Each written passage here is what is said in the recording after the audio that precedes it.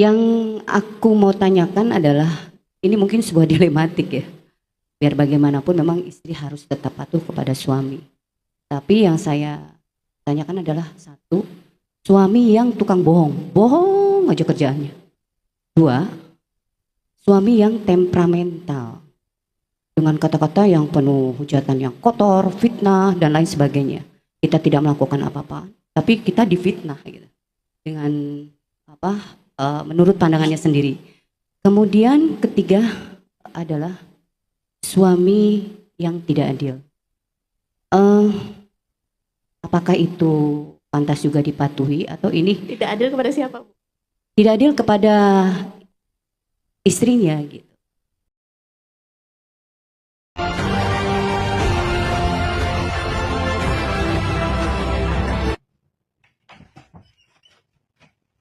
Sebagaimana tadi disampaikan, kita melanjutkan kajian kita, kitab Tuhfatul Arush, yang ini masuk ke bab yang agak berat, tapi sebenarnya kita nggak akan bahas secara detail. Kita tidak akan menyebutkan seluruh hak-hak suami, kewajiban-kewajiban suami, hak-hak istri, kewajiban-kewajiban istri, tidak. Mungkin kita akan membahas yang terpenting di antara yang disampaikan oleh Sahibul Kitab. Sahibul Kitab pertama kali membuka terkait dengan hak suami. Disebutkan dalam hadis bahwasanya Rasulullah bersabda, "Lau kuntu amiran ahadan ayyasjuda li ahadin la amartul mar'ata an tasjuda li zawjiha." Seandainya aku diperintahkan untuk memerintahkan seseorang bersujud kepada selain Allah, maka aku akan perintahkan istri untuk bersujud kepada suaminya. Hadis riwayat Tirmidzi. Disebutkan di sini kalau seandainya Nabi akan memerintahkan seseorang untuk bersujud kepada seseorang, maka akan memerintahkan seorang istri untuk bersujud kepada suaminya. Kita ketahui bersujud kepada selain Allah itu tidak boleh. Apabila sujudnya adalah sujud penghambaan diri, sujud ibadah. Tapi yang dimaksud di sini adalah sujud penghormatan, sujud pemuliaan, sujud penghargaan. Sebagaimana dulu Nabi Adam diperintahkan oleh Allah kepada seluruh malaikat untuk bersujud kepada Nabi Adam. Tentu bukan sujud penghambaan diri, bukan ibadah, tapi sujud penghormatan, pemuliaan. Sebagaimana Allah katakan, laqad karramna bani Adam. Sesungguhnya Allah telah memuliakan anak cucu Adam, dan termasuk diantaranya adalah Nabi Adam sendiri. Jadi di sini adalah sujud penghormatan, penghargaan. Yang dimaksud di sini adalah menunjukkan ketaatan seorang istri kepada suaminya. Ketaatan, kalimat ketaatan ini mungkin kalau di lisan sangat mudah diucapkan, tapi dalam perbuatan itu sungguh berat ya. Dalam riwayat yang lain disebutkan bahwasanya ada seorang sahabat datang kepada Rasulullah SAW. Dia bilang, saya adalah utusannya kaum perempuan. Kaum perempuan itu nitip pesan. Pesannya apa? Ya Rasulullah, kaum laki-laki itu telah diwajibkan berjihad. Kalau mereka terluka, maka mereka dapat pahala. Kalaupun mereka dapat syahid, maka mereka pun tetap hidup, mendapatkan rezeki di sisi Allah yang tinggi. Sedangkan kami, kaum perempuan, disuruh untuk berbakti kepada para suaminya. Terus kami dapat apa? Jadi di sini menunjukkan bahwasanya sahabat itu ya berlomba-lomba untuk mendapatkan keutamaan akhirat. Ingin mendapatkan kemuliaan sebagaimana para laki-laki mendapatkan kemuliaan dengan ikut berjihad, terluka dapat pahala gitu. Maka Rasulullah SAW menyampaikan, sampaikanlah kepada seluruh para wanita di luar sana bahwasanya baktinya kamu kepada suamimu itu, mengakuinya dan memenuhi hak-haknya, itu sebanding dengan perbuatan berjihad di jalan Allah. Namun sayang, sedikit di antara kalian yang mau melakukannya. Di sini menunjukkan bahwasanya ya, ketika seorang wanita melakukan apa yang menjadi kewajiban dia di ruang lingkup rumah tangganya, maka pahalanya sebagaimana pahala kewajiban laki-laki berjihad dan mendapatkan pahala dari setiap kesulitan, dan mendapatkan luka dapat pahala, maka seorang wanita pun juga akan dapat pahala dengan kiprahnya dia di dalam rumah tangganya. Disampaikan juga di sini bahwasanya anak perempuan Sayyid bin Musayyab mengatakan, kami itu cara bicara kami kepada suami kami adalah sama seperti kalau kamu berbicara dengan para pemimpin dan para tokoh-tokoh kalian. Masya Allah ya.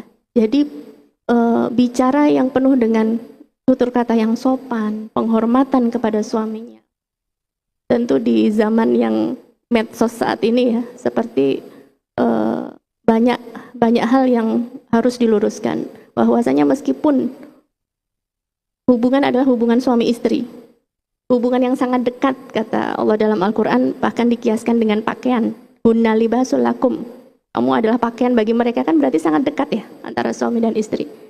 Meskipun sangat dekat, tetap harus ada rasa cinta, tetap harus ada penghormatan, ya, penghormatan yang timbal balik antara istri kepada suami dan suami kepada istrinya. Kemudian juga di sini disebutkan bahwasanya ar-rijalu qawwamuna 'alan nisa bima faddalallahu ba'dahum 'ala ba'di wa bima anfaqu min amwalihim. Ayat yang sangat terkenal dan mungkin sering dibacakan, Quran surah An-Nisa ayat 34. Laki-laki atau suami itu adalah pelindung bagi perempuan. Al-qawwamah kadang-kadang diartikan sebagai pemimpin, namun di sini dipilih ya, sebagai pelindung bagi perempuan. Bima faddalallahu bihi ba'dahum 'ala ba'din. Karena Allah memang melebihkan sebagian daripada sebagian yang lain. Laki-laki dan perempuan ya, secara biologis diberikan organ yang berbeda. Perempuan dititipin rahim, laki-laki tidak dititipin rahim. Maka sampai kapanpun tidak akan sama. Dicari persamaannya tidak akan sama, karena dari fisik tubuhnya saja sudah berbeda. Dari fungsinya saja berbeda. Yang satu dititipi rahim, berarti ada kewajiban di sana, ada fungsi di sana yang tidak mungkin diemban oleh laki-laki. Demikian juga pria. Laki-laki tidak mungkin bisa seperti perempuan. Masing-masing melakukan kewajiban ya, dan fitrahnya masing-masing. Maka dari ayat yang tadi, ar-rijalu qawwamuna 'alan nisa, ya, laki-laki itu adalah pelindung pemimpin bagi perempuan. Karena Allah telah melebihkan sebagian mereka, yaitu laki-laki, daripada sebagian yang lain, yaitu perempuan. Dan karena mereka, laki-laki telah memberikan nafkah dari hartanya. Jadi di sini yang menjadi titik tekan adalah karena Allah memang sudah melebihkan laki-laki dari perempuan, dan juga ada kewajiban di situ adalah kewajiban melindungi, menafkahi dari sebagian harta suami kepada istrinya. Maka masing-masing dari laki-laki dan perempuan atau suami dan istri itu memiliki hak dan kewajiban. Kewajiban ini seimbang, sebagaimana Allah katakan dalam Quran surah Al-Baqarah ayat 228, walahunna mitrul ladzi 'alaihinna bil ma'ruf. Dan mereka, para wanita, memiliki hak yang seimbang dengan kewajibannya sesuai dengan ya ma'ruf atau dengan cara yang pantas. Kemudian sang penulis mengutip juga kisah di zaman Rasulullah SAW, ada seorang wanita yang ditanya oleh Rasulullah SAW, apakah kamu bersuami? Wanita itu menjawab, ya, saya bersuami. Kemudian Nabi bertanya lagi, bagaimana sikapmu terhadap suamimu? Kemudian wanita tersebut menjawab, aku tidak pernah mengurangi hak-hak suamiku, kecuali aku tidak mampu mengerjakannya. Intinya dia mengerjakan ya, sebagaimana yang diwajibkan, yang diperintahkan, kecuali kalau tidak mampu, ya, maka dia tidak mengerjakan. Yang menjadi poin di sini adalah respon Rasulullah ketika si perempuan itu mengatakan itu. Rasulullah menjawab, fangduri aina anti minhu, fa innama huwa jannatuki wa naruki. Perhatikanlah bagaimana hubunganmu dengannya. Ya, bagaimana posisimu di hati suamimu itu? Bagaimana sikapmu terhadap suamimu itu? Karena sesungguhnya suamimu itu merupakan surgamu dan nerakamu. Ya. Fa innama huwa jannatuki wa naruki. Maksudnya gara-gara suami, gara-gara sikapnya terhadap suami itu bisa mengantarkan seorang istri ke dalam surga, atau bahkan sebaliknya bisa mengantarkan si istri ke neraka. Wa na'udzubillahi min dzalik. Kalau kita sebut ketaatan, sebagaimana pertemuan yang sebelumnya mungkin pernah saya sampaikan, bahwasanya ketaatan ini bukanlah ketaatan secara mutlak. Kalau diizinkan saya ngasih contoh. Seorang suami kadang bisa saja dia sewenang-wenang kepada istrinya dan memerintahkan sesuatu yang tidak ma'ruf. Itu genteng. Tolong kamu benerin, kan kamu disuruh patuh sama suami. Patuhnya dalam koridor apa? Gitu. Jadi di sini ya disebutkan memang betul seorang istri diminta untuk patuh, namun ada prinsip-prinsip ketaatan. Prinsip-prinsip ketaatan itu yang pertama adalah ketaatan yang bukan dalam kemaksiatan. Nomor 1, istri wajib patuh, wajib taat. Tapi bukan dalam hal kemaksiatan kepada Allah. Apabila sang suami memerintahkan kemaksiatan kepada Allah, maka Allah lebih berhak untuk dipatuhi daripada suami. Disuruh buka aurat misalkan. Ya. Atau pernah kejadian juga di zaman Rasulullah ketika seorang istri diperintahkan oleh suaminya untuk menyambung rambut karena rambutnya rontok.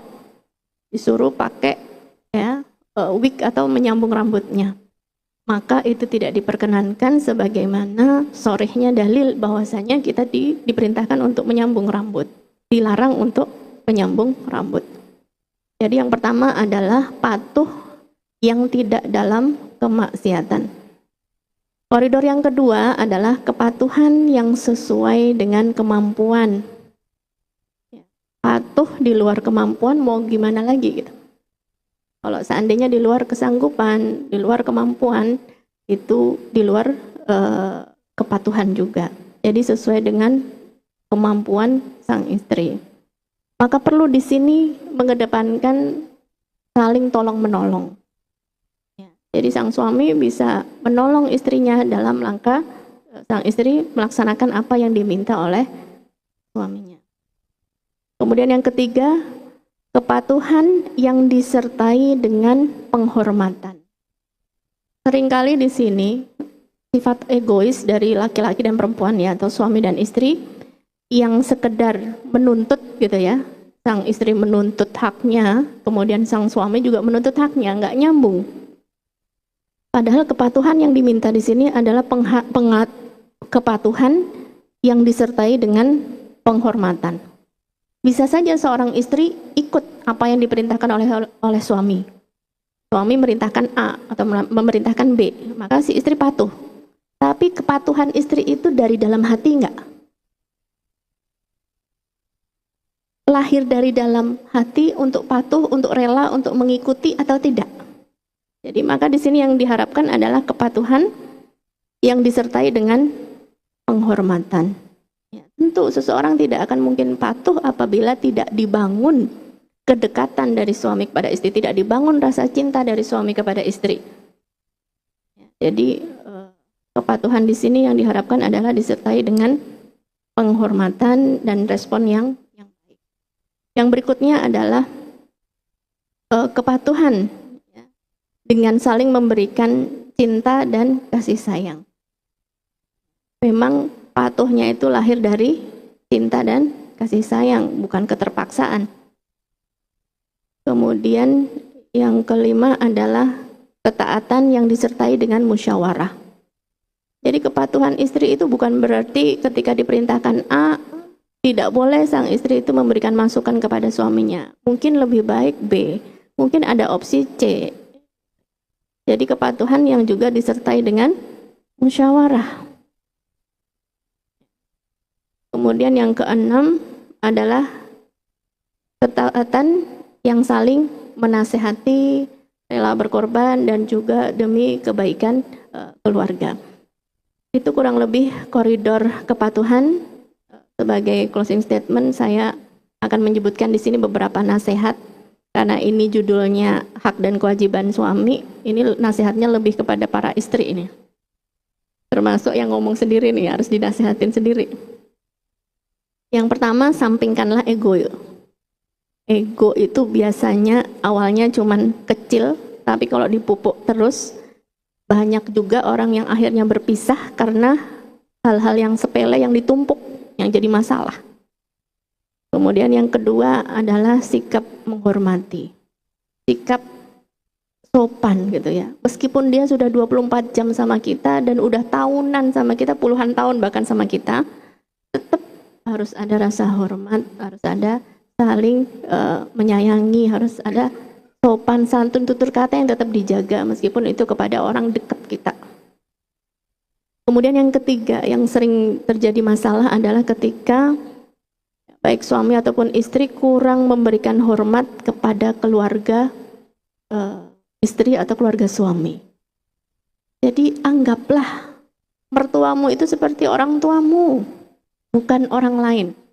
Ya, kalau kita orang tua sedang marah kita dengarkan, ya sama mertua juga manusia juga, kadang ada kecewa, kadang ada marah. Ya seperti orang tua kita, jangan seperti orang lain. Mertua kita adalah orang tua kita, ipar kita adalah saudara kita juga. Kemudian yang terakhir ya, nasihatnya adalah perbanyak syukur atas pemberian suami dan merasa cukup.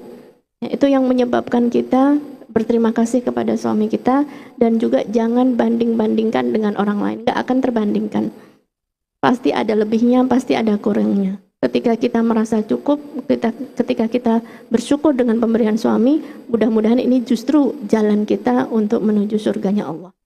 Amin ya rabbal alamin. Mungkin itu saya kembalikan ke MC. Baik, terima kasih Ustazah. Nasihat yang benar-benar insya Allah bermanfaat kepada para istri di sana. Untuk saya juga. Kemudian kami akan mempersilahkan bagi yang ingin bertanya dari bapak-bapak atau ibu. Terima kasih Ustazah. Ibu sebentar, boleh sertakan nama, asal dari mana? Oh boleh. Assalamualaikum warahmatullahi wabarakatuh. Waalaikumsalam. Bismillahirrahmanirrahim. Namaku Rita, asal dari Jakarta. Yang aku mau tanyakan adalah, ini mungkin sebuah dilematik ya. Biar bagaimanapun memang istri harus tetap patuh kepada suami. Tapi yang saya tanyakan adalah satu, suami yang tukang bohong, bohong aja kerjaannya. Dua, suami yang temperamental dengan kata-kata yang penuh hujatan yang kotor, fitnah dan lain sebagainya. Kita tidak melakukan apa-apa, tapi kita difitnah gitu.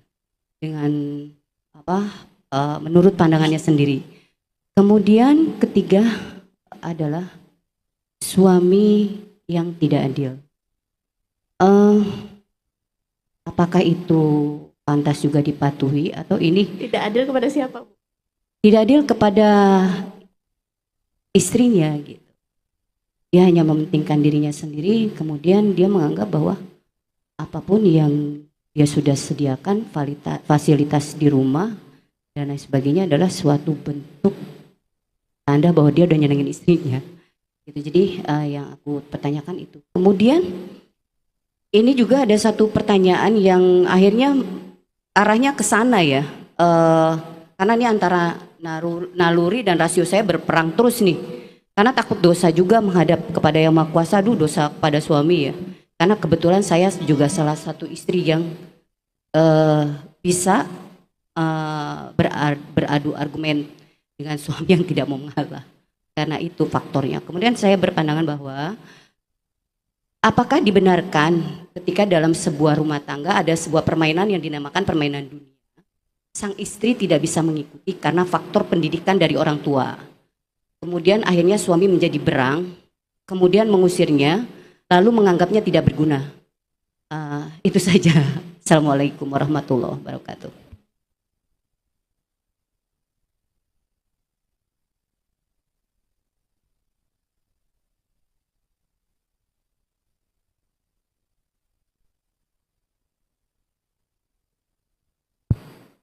langsung dijawab langsung. Saya mencoba merespon ya, Ibu. Seandainya jawaban saya tidak memuaskan apa yang disampaikan. Memang itu tadi, Bu. Ketaatan itu bisa dituntut nggak? Atau ketaatan itu dibangun? Kesikohan atau kepercayaan itu dibangun? Dibangun kan? Sehingga memang dari awal Allah katakan walahunna mitlul ladzi alaihinna bil ma'ruf. Seimbang antara suami dan istri, saling melengkapi, jangan dibenturkan. Laki-laki dan perempuan kalau kita lihat di barat itu dibentur-benturkan. Padahal sebenarnya menurut Islam laki-laki itu syaqaiqul an-nisa, ar-rijalu syaqaiqun nisa. Laki-laki dan perempuan itu saudara kandung, seperti setara. Hanya saja ketika Allah menitipkan rahim kepada perempuan dan tidak menitipkan itu kepada laki-laki, maka pasti fungsinya dia secara fisik, secara masyarakat, secara keluarga gak akan sama gitu. Ketika Allah menitipkan rahim, rahim itu diambil dari nama Allah Ar-Rahim loh, Bu. Rahim itu bukan peranakan, rahim itu nama Allah Ar-Rahim. Allah bilang kepada rahim ketika Allah menciptakan langit dan bumi, wahai rahim, aku namai kamu dari namaku. Jadi memang perempuan itu dari sifatnya pun diharapkan memiliki kekuatan emosional. Kekuatan ya, Bu. Rasa kasih sayang yang nanti juga akan dititipi amanah. Janin yang akan tumbuh. Jadi penuh dengan kasih sayang, penuh dengan kelembutan. Itu yang diharapkan dari seorang perempuan, dari seorang wanita. Satu-satunya sistem yang diridhoi oleh Allah hanyalah keluarga. Tidak boleh yang lain. Dalam rangka menyalurkan syahwatnya, dalam rangka melanjutkan keturunannya. Nah, keluarga ini diharapkan di dalam Islam adalah keluarga yang sakinah, yang mawaddah, warahmah. Apakah seluruh keluarga harus begitu? Ternyata tidak juga sih, Bu. Karena kadang-kadang kita justru ditampilkan di dalam Al-Quran sendiri, justru orang terdekat kita adalah ujian kita. Justru keluarga kita yang terdekat adalah ujian kita. Orang tua ujiannya adalah anaknya. Anak ujiannya orang tuanya. Suami ujiannya istrinya. Istri ujiannya suaminya. Ipar ujiannya iparnya. Mertua ujiannya menantunya. Dan itu Allah katakan dalam Al-Quran, وَجَعَلْنَا بَعْضَكُمْ لِبَعْدٍ فِتْنَةً أَتَصْبِرُونَ. Dan kami jadikan sebagian kamu adalah ujian bagi sebagian yang lain, dan apakah kamu mau bersabar? Apakah kamu mau bersabar? Jadi bisa jadi dengan sabarnya kita dengan orang-orang terdekat kita itu malah justru jalan pahala bagi kita, dan di akhirat nanti kita syukuri, alhamdulillah aku diuji, jadi ada pahala ini. Barangkali pahala ibadah kita nggak cukup. Jadi sebenarnya kesulitan-kesulitan ibu dalam merespon orang-orang terdekat ibu itu, kalau ibu bersabar, ibu dewasa gitu ya, tidak merespon dengan berlebihan. Ya mau, misalkan rumah tangga udah sekian puluh tahun, mau ngejar apa lagi? Mau menang-menangan argumentasi, kan nggak lucu lagi ya, Bu ya. Harusnya kan begitu, kedewasaan dari dua sisi nih, baik suami ataupun istri. Demi kepentingan yang lebih besar lagi. Jadi mungkin perlu dibangun itu ya, Bu ya. Kalau seandainya ternyata qadarullah, pasangan ibu tadi suka bohong gitu ya tadi, Bu ya. Kemudian temperamen, tidak bersikap adil.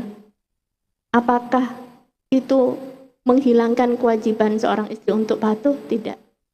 Sebenarnya patuh tadi sudah ada koridor-koridornya.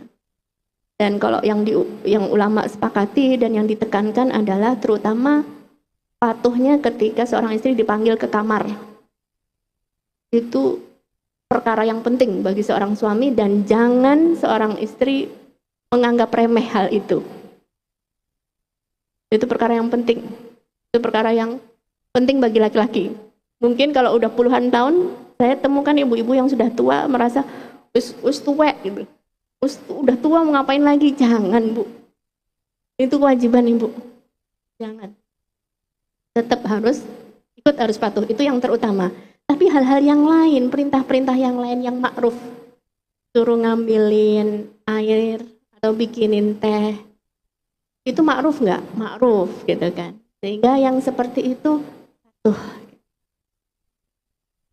Kalau kita mau ingat, Imam Al-Ghazali itu menyatakan dalam kitabnya bahwasanya bersuci itu ada 4 tingkatan, 4 level.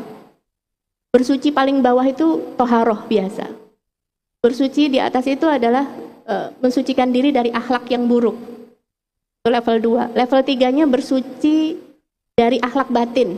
Bersabar, bersyukur, berprasangka baik. Nah, ada bersuci yang level 4, yang paling tinggi. Yaitu ketika kita mengabaikan makhluk ini dan mengembalikan semuanya kepada Allah. Jadi ketika ibu berinteraksi dengan suami ibu itu bukan buat ibu, bukan buat suami, tapi buat Allah. Aku bantuin kamu, harusnya kamu terima kasih, tapi aku nggak mengharapkan kamu, aku nggak peduli sama kamu, aku mengharapkan dari Allah. Aku tahu ini cuma sebentar, besok itu selama-lamanya. Aku sadar yang mengirimkan kamu di sisiku adalah Allah. Sehingga aku nggak perlu terima kasihmu, aku nggak perlu kamu merespon baik atau tidak sama aku. Yang penting aku interaksinya sama Allah. Itulah bersuci level 4, Ibu. Kita di level mana? Mau nggak kita melembutkan lagi? Kita mau meningkatkan diri kita lagi. Ada orang misalkan bekerja, qadarullah satu ruangan sama orang yang selalu menyakitkan hati. Awalnya dia nggak terima. Tapi akhirnya dia berpikir begini, ya Allah, mengapa dari sekian banyak ruangan, dari sekian banyak orang, Engkau pilihkan dia untuk jadi rekanku? Engkau ingin mengajarkan apa kepadaku ya Allah? Apakah Engkau ingin mengajarkan kesabaran kepadaku? Jadi kita interaksinya mungkin sama makhluk, tapi sebenarnya interaksi kita sama la nuridu minkum jazaan wala syukura. Kita tidak mengharapkan terima kasih darimu, tidak mengharapkan ya balasan darimu, kita hanya mengharapkan dari Boleh satu lagi, ada yang terlupa dari semua yang terjadi, setiap kejadian yang akhirnya saya mengatakan bahwa akhirnya saya mengambilkan keputusan saya yang menolak, saya yang menceraikan. udah kejadian belum? Apakah itu udah kejadian segala macam yang menurut saya bertentangan dengan diri saya? Karena saya juga punya guru agama ya, guru agama yang suka mengajak kita berdialog tentang hukum-hukum. Banyak hal yang saya pikirin sih, saya juga mencari kesempurnaan dalam hidup saya, di mana saya merasakan tidak merasa sempurna di sini, saya mau mencari sempurna di tempat yang lain, gitu, sebagai perempuan. Akhirnya ya mungkin ini adalah suatu keputusan yang salah atau tidak, saya tidak tahu. Hanya ketika saya menjatuhkan talak, iya, saya merasa tenang. Justru saya merasa lebih dewasa. Saya lebih menghadapi kehidupan kok lebih berani. Waktu ada suami, ya saya ini termasuk istri yang apa segalanya maunya dilayanin gitu ya. Artinya ya begitu deh. Cuma tapi ketika saya menghadapi satu sikap yang buat saya itu prinsip dan saya mengambil keputusan untuk cerai, tapi saya di situ justru merasa menjadi dewasa. Justru lebih lega. Lebih lega, lebih plong, dan sepanjang itu memang saya selalu membutuhkan imam. Dan saya selalu berdoa kalau memang masih ada jalan dan ada jodoh, aku minta jodoh itu yang bisa mengimamiku, bisa mengimami anak-anakku, mengimami rumah tangganya. Tapi di jalan yang benar, di jalan Allah, yang segala-galanya hanya meminta kepada Allah gitu. Karena gini ya, aku nggak bisa bermain dalam satu permainan yang aku pikir, ya aku cuma percaya kepada ayat Al-Quran gitu aja. Itu tuh Al-Quran yang diturunkan, ayat-ayat yang diturunkan, mintalah kepadaku. Jangan minta kepada selain kepadaku, hanya kepadaku. Dan bacalah bismillah. Ketika engkau memulainya itu aja. Itu yang saya yakinin benar. Jadi hal-hal permainan itu kontra sama saya gitu. Itu tuh bagaimana? Makasih. Saya sebenarnya kurang paham dengan permainan dunia yang disebut sama Ibu ya, tapi kemungkinan mungkin mencari dunia begitu ya Bu ya, berlebihan dalam mencari dunia. Saya izin respon yang sebelumnya dulu tadi, bagaimana seandainya seorang suami yang mengusir istrinya, itu jelas dalam Al-Quran, lagi berantem aja nggak boleh ngusir, nggak boleh. Wala tukhrijuhunna min buyutihinna wala yakhrujna illa ayyatina bifahishatin mubayyinah. Itu pentingnya kita ngaji sebenarnya untuk para bapak dan ibu. La tukhrijuhunna min buyutihinna, jangan kamu usir mereka dari rumah mereka. Wala yakhrujna, dan kamu nggak perlu keluar.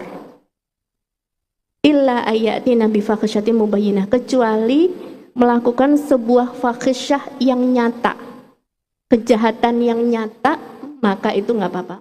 Maka prinsip nih bagi anak-anak kita mungkin yang mau menikah, berantem biasa, adu argumen biasa, tapi jangan keluar dari rumah. Selesaikan sesegera mungkin, cari solusi yang terbaik. Seperti itu. Terus tadi yang ketiga gimana? Saya lupa. Pada akhirnya ibu memutuskan untuk gugat cerai ya Bu ya? Iya, dosa nggak aku? Karena udah terlanjur mau dibilang apa? Iya, udah cerai. Udah cerai? Udah. Iya, kalau udah cerai mau gimana lagi? Jadi gini Bu, kalau nggak ada alasan yang sebenarnya yang menyebabkan perceraian, nggak boleh. Ada hadisnya. Ayam mamra'atin qalabat zaujaha bil firaq, ya kurang lebih seperti itu. Istri mana saja yang mengharapkan perceraian, meminta perceraian kepada istrinya, kepada suaminya bukan karena suatu hal yang dibenarkan, maka itu nggak boleh, itu dosa. Kalau bukan karena suatu hal yang dibenarkan, misal ketemu sama yang lebih kaya, ketemu sama yang lebih ganteng, itu istri macam apa seperti itu? Itu tidak baik ya.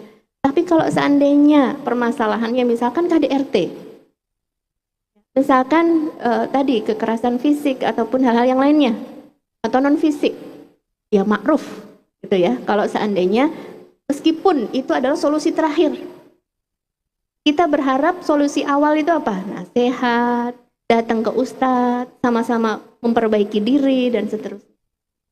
Jadi jawabannya adalah kalau seandainya tidak ada alasan yang dibenarkan, tidak boleh. Kalau ada alasan yang dibenarkan, ya solusi terakhir dari rumah tangga tersebut. Ya, kita doakan mudah-mudahan Bu mendapatkan ketemu dengan jodoh yang memang bisa jadi imam. Ya, udah cukup usia. Usianya udah cukup sendiri aja, ngurus cucu aja. Terima kasih Ustazah. Iya, sama-sama. Assalamualaikum. Waalaikumsalam.